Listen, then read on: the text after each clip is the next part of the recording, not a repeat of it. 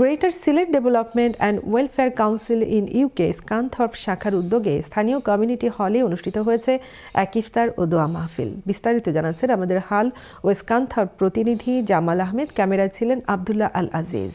Greater Sylhet development and welfare council in ইউকের Scunthorpe শাখার উদ্যোগে স্থানীয় কমিউনিটি হল রুমে অনুষ্ঠিত হয়েছে ইফতার ও দোয়া মাহফিল। সংগঠনের এসি মেম্বার রুজিউর রহমান মর্তুজা ও অ্যাডভোকেট এবাদুর রহমানের যৌথ পরিচালনায় সভাপতিত্ব করেন জিএসির স্কানথর্প শাখার সভাপতি মোহাম্মদ শহীদুর রহমান জামাল। প্রধান অতিথি হয়ে উপস্থিত ছিলেন Manchester assistant high commissioner Mohammad Zubayed Hossain. বিশেষ অতিথি হয়ে উপস্থিত ছিলেন নর্থ লিঙ্কনশায়ার মেয়র কারল রস, নর্থ রিজনের সাবেক জিএসির সভাপতি আব্দুল মুহিত গাজী, লন্ডন টাওয়ার হ্যামলেটের সাবেক councillor Enamul Haque, Humberside police officer Monsur Gani, Akhtar Chowdhury, barrister Arif, Naim Talukdar, Abdullah Al Aziz সহ আরও অনেকেই।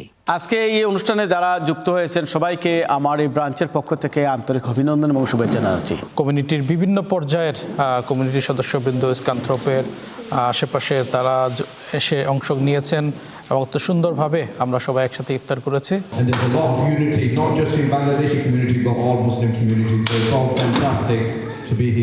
Absolutely fantastic day.